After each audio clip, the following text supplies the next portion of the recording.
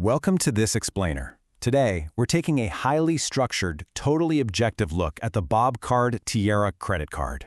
I absolutely love breaking down financial products to see what's actually under the hood. So to help you make a genuinely informed decision, we're going to strictly audit this card, from the moment you unbox it all the way to your final balance sheet. We're cutting through all the marketing fluff to reveal the exact mathematical value, and we'll point out those hidden conditions you really need to know about. Okay, let's dive right in. Here's our roadmap for today. We've got 6 parts: intro and welcome benefits, fees versus real costs, core rewards and lounge access, milestones and extra perks, redemption and eligibility, and finally, a clear pros and cons breakdown. All right, Section 1, Intro and Welcome Benefits. Day 1 Perks. So who is this card actually built for? Well, the BOBCARD Tiara is a premium offering explicitly designed to empower modern women who have a highly active, travel-focused lifestyle. Right off the bat, this card is strictly targeted. It is exclusively for women with a minimum annual income of 7.2 lakhs. The whole reward structure? It's built around a very specific lifestyle. If you frequently dine out, travel domestically, and spend internationally, the architecture of this card was practically designed with you in mind. Now, let's talk about Day 1. There is a direct relationship between your welcome gifts and your activation target. On one hand, you get some fantastic Day 1 perks, a complimentary 3-month Swiggy One membership, annual memberships to Amazon Prime or Disney Hotstar and Ghana Plus a really unique women's health package that includes essential screenings like mammograms and blood tests. But to unlock the absolute most important benefit, which is the joining fee waiver, you have a strict 25,000 rupee spend hurdle within your first 60 days. You really have to clear that hurdle to maximize your opening value. Moving on to Section 2, Fees versus real costs, calculating the true cost. Okay, so what does it actually cost to keep this card in your wallet?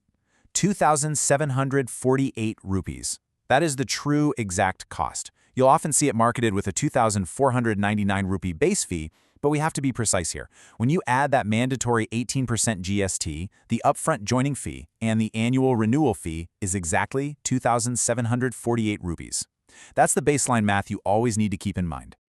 Now, this fee structure acts as a strict gate. To wipe that 2,748 rupee fee off your statement for the following year, you must hit a strict 2.5 lakh annual spend waiver threshold. If you fall short, boom, the fee hits your account.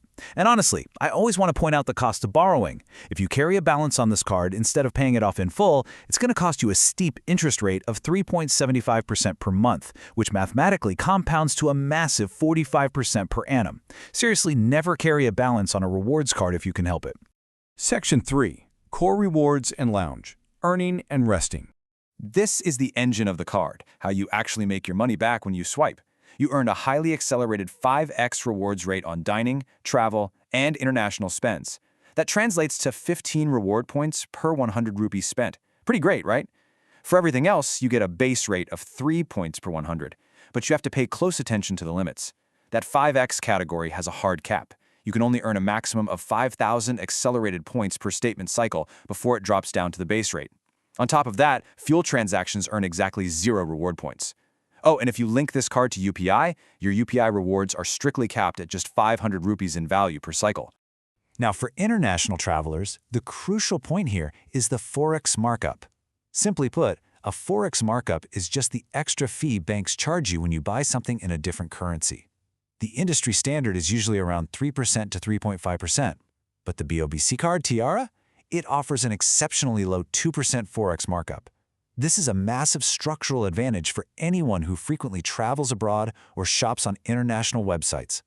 But here is the first major catch in the card's design. Despite being totally tailored for international travelers with that great forex rate, the Tiara offers absolutely 0 international airport lounge access. None. And while it advertises unlimited domestic lounge access, there's a huge condition. It is completely spend-gated. You are totally blocked from entering a domestic lounge unless you have spent a strict minimum of 75,000 rupees in the previous calendar quarter. You literally have to earn your rest. All right, Section 4, Milestones and Perks, Quarterly Savings. Let's look at how you can squeeze incremental value out of secondary lifestyle perks.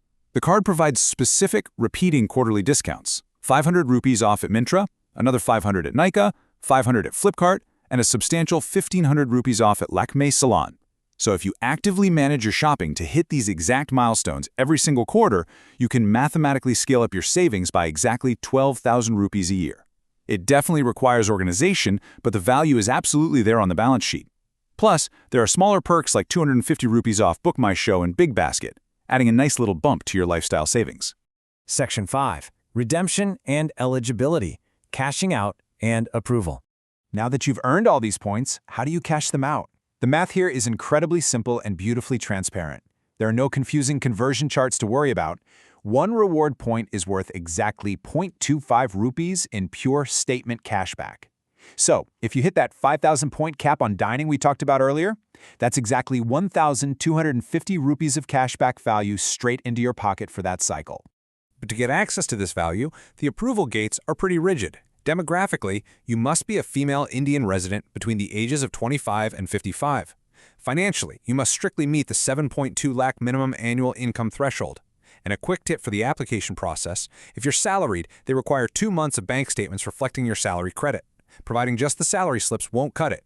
They literally need to see the bank statement to verify the cash flow. Finally, Section 6. Final pros and cons. The ultimate balance. Let's weigh the best features against the structural drawbacks. On the pro side, the 2% forex fee and the 5x reward rate make this a phenomenal earning tool for high spenders who love dining and travel. Plus, if you manage the milestones, that 12,000 rupees in quarterly lifestyle savings is a massive benefit. But looking at the con side, the lack of international lounges is a glaring omission for a travel card. The strict 75,000 rupee quarterly spend gate for domestic lounges requires continuous high spending. And of course, the hard caps on reward points and UPI mean you just can't infinitely scale your returns. Which brings us to the ultimate question for this explainer.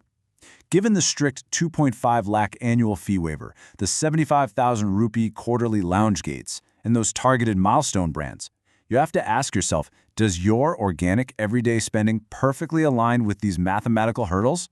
Or will you have to force yourself to spend just to earn the perks? If the shoe fits, the BOBCARD Tiara is a total powerhouse. But at the end of the day, only you can run those numbers for your own wallet. Thanks for joining me on this deep dive and keep learning.